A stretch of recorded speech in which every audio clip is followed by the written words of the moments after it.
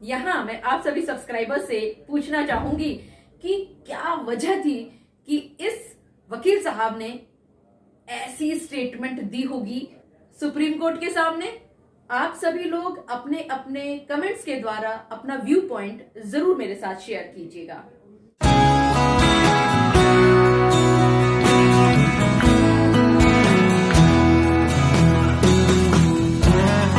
मेरे जितने भी सब्सक्राइबर्स जब भी मुझे फोन किया करते हैं तो वो बहुत ही डरे हुए होते हैं, बहुत ही घबराए हुए होते हैं, बहुत ही परेशान होते हैं और उनकी परेशानी का जो सबब है वो सबसे बड़ा यही हुआ करता है कि उनकी पत्नियों ने उनके ऊपर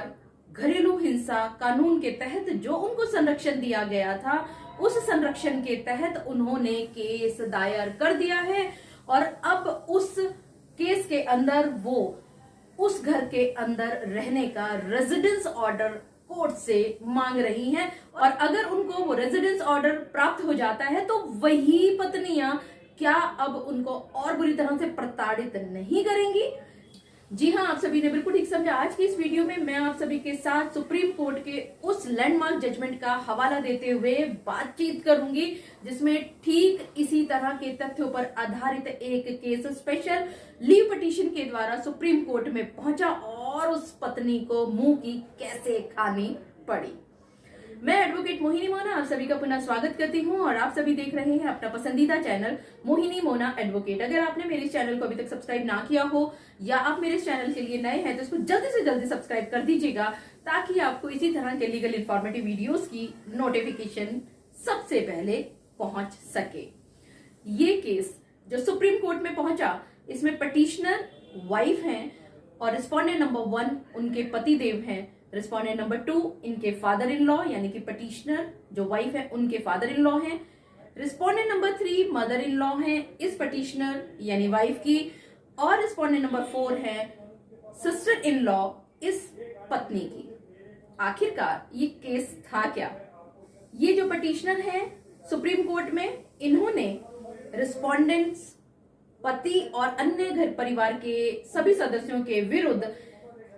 protection of women against domestic violence act 2005 के अंतर्गत एक केस फाइल किया और इस केस में इन्होंने 2 चीजें महत्वपूर्ण मांगी।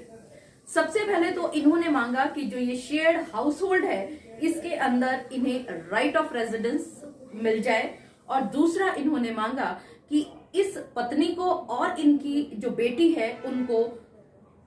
खाना खर्चा यानी मेंटेनेंस का अधिकार प्राप्त हो जाए। ये केस 18 मई 2013 को मजिस्ट्रेट साहब के द्वारा डिसमिस कर दिया जाता है और जैसे ही ये डिसमिस होता है ये जो पत्नी है ये अपील फाइल करती हैं डिस्ट्रिक्ट जज साहब के सामने और यहाँ पर डिस्ट्रिक्ट जज साहब जो हैं इस पटिशनर की जो अपील है उसको अलाउ कर देते हैं 23 जून 2014 को और यहाँ पर 2 मुख्य अधिकार प्राप्त हो जाते हैं, 2 मुख्य ऑर्डर फेवर में हो जाते हैं इस पत्नी के। पहला जो शेयर्ड हाउस होल्ड में इन्होंने राइट ऑफ एकोमोडेशन मांगा था वो अलाउ कर दिया जाता है और साथ ही साथ जो इस पत्नी ने अपने लिए और अपनी बच्ची के लिए मेंटेनेंस ऑर्डर मांगा था तो इनको यहाँ पर खुद के लिए 2500 रुपया और अपनी बेटी के लिए 4000 रुपया मासिक मिलना शुरू होने की बात का ऑर्डर मिल जाता है डिस्ट्रिक्ट जज साहब के द्वारा 2014 में। इस ऑर्डर के मिलते ही जो ये पति हैं जो रिस्पोंडेंट नंबर 1 है यहाँ पर सुप्रीम कोर्ट में ये भागते हैं, दौड़ लगाते हैं हाई कोर्ट में, वहां पर रिवीजन फाइल करते हैं और इनकी ये रिवीजन को अलाउ कर दिया जाता है हाई कोर्ट के द्वारा और डिस्ट्रिक्ट जज साहब के द्वारा जो ऑर्डर पास किया गया था इस पत्नी के फेवर में उसको सेट असाइड कर दिया जाता है और ये बात बहुत क्लियरली कही जाती है कि ये जो पत्नी है ये किसी भी ऐसे इंसिडेंट को एस्टैब्लिश नहीं कर पाई जो इंसिडेंट ये कहता हो कि इनके बीच में घरेलू हिंसा हुई है, ना ही ये पत्नी इस बात को एस्टैब्लिश कर पाती हैं कि इनके पति या अन्य लोगों ने इनसे किसी भी तरह की कोई मांग की हो और साथ ही साथ किसी भी फिजिकल वायलेंस को भी ये एस्टैब्लिश किसी भी तरह से नहीं कर पाती हैं और ये सब बातें कहते हुए हाई कोर्ट इस पति की जो रिवीजन है उसको अलाउ कर देते हैं और जो पत्नी है उनकी जो अपील अलाउ की गई थी डिस्ट्रिक्ट जज साहब के द्वारा उस ऑर्डर को सेट असाइड कर दिया जाता है। आखिरकार ये पत्नी इस हाईकोर्ट के ऑर्डर से बहुत ज्यादा आहत होती हैं और ये भागती हैं सुप्रीम कोर्ट में एक स्पेशल लीव पिटीशन के द्वारा। और यहां पर इस पत्नी के जो वकील साहब हैं वो ये बात कहते हैं कि ये कहना बिल्कुल ही गलत है हाईकोर्ट का कि वो यानी कि वो पत्नी अपने क्लेम की जो गवाही है उसमें कोई भी सबूत पेश नहीं कर पाई। वो ये कहते हैं कि उन्होंने जितने भी सबूत पेश किए वो सफिशिएंट थे इस बात को एस्टैब्लिश करने के लिए कि इन दोनों के बीच में डोमेस्टिक वायलेंस तो हुआ है। और ये बात कहते कहते आखिर में ये वकील साहब इस पत्नी के ये कहते हैं कि चाहे बात कुछ भी क्यों ना रही हो लेकिन इस बच्चे का जो राइट है मेंटेनेंस का, खर्चे का, उसके लिए वो बच्चा एंटाइटल है। यहां मैं आप सभी सब्सक्राइबर से पूछना चाहूंगी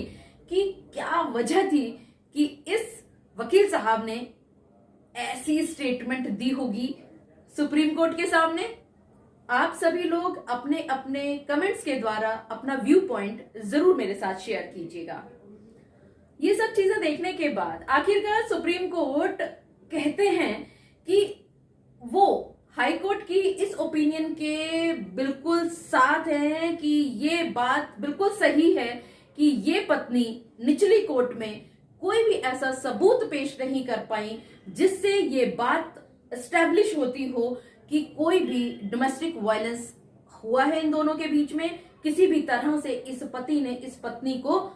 परेशान किया है, मारा या पीटा है। और ये भी एस्टैब्लिश करने में ये पत्नी नाकाम रहती हैं निचली कोर्ट में कि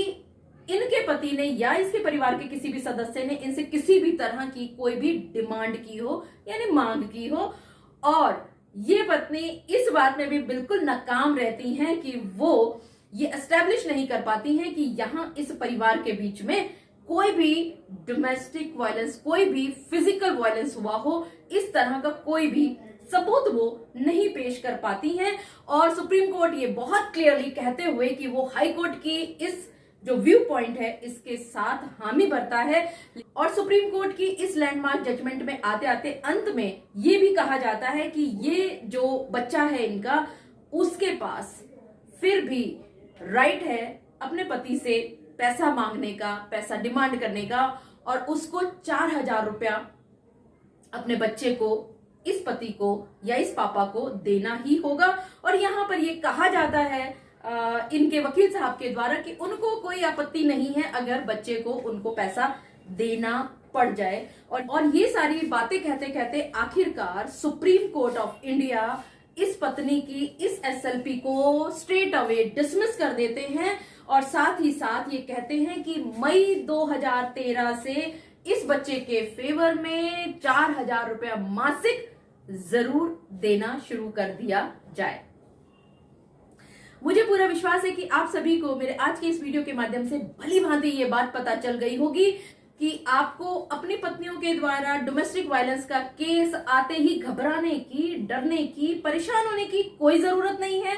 अगर आपकी पत्नी कोर्ट के अंदर ये बात साबित नहीं कर पाती हैं कि किसी भी तरह का कोई भी इंसिडेंट नहीं हुआ है, ये भी साबित नहीं कर पाती हैं कि आपके या आपके परिवार के सदस्यों के द्वारा किसी भी तरह की कोई डिमांड हुई हो, या ये भी साबित वो अगर नहीं कर पाती हैं कि किसी भी तरह की कोई भी फिजिकल वायलेंस इस पत्नी के विरुद्ध हुई हो, तो उसको किसी भी हालत में रेजिडेंस राइट कोर्ट के द्वारा नहीं दिया जा सकता। और अगर किसी भी पत्नी को residence order, accommodation order court से चाहिए तो उसको पहले यह साबित करना होगा कि उनके बीच में झगड़े हुए हैं, उनके बीच में झगड़ों के चलते उनके पति ने उनके साथ मारपीट की है, उनके पति ने किसी तरह की कोई डिमांड की है। अगर वो ये साबित नहीं कर पाती हैं, कोई सबूत नहीं पेश कर पाती हैं, तो आपको क्यों डरना है। मुझे पूरा विश्वास है कि आप सभी को मेरा आज का वीडियो भी बहुत अच्छा लगा होगा। अगर आपको मेरा आज का वीडियो भी अच्छा लगा तो इसको लाइक, शेयर और कमेंट करना ना भूलिएगा। और हाँ, अगर आप मेरे इस चैनल के लिए नए हैं तो इसको जल्दी से जल्दी सब्सक्राइब कर दीजिएगा, ताकि आपको इसी तरह के लीगल इंफॉर्मेटिव वीडियोस की नोटिफिकेशन सबसे पहले मिल सके। अपना और अपने परिवार का बहुत अच्छी तरह से ध्यान रखिएगा। Thank you, take care, bye bye.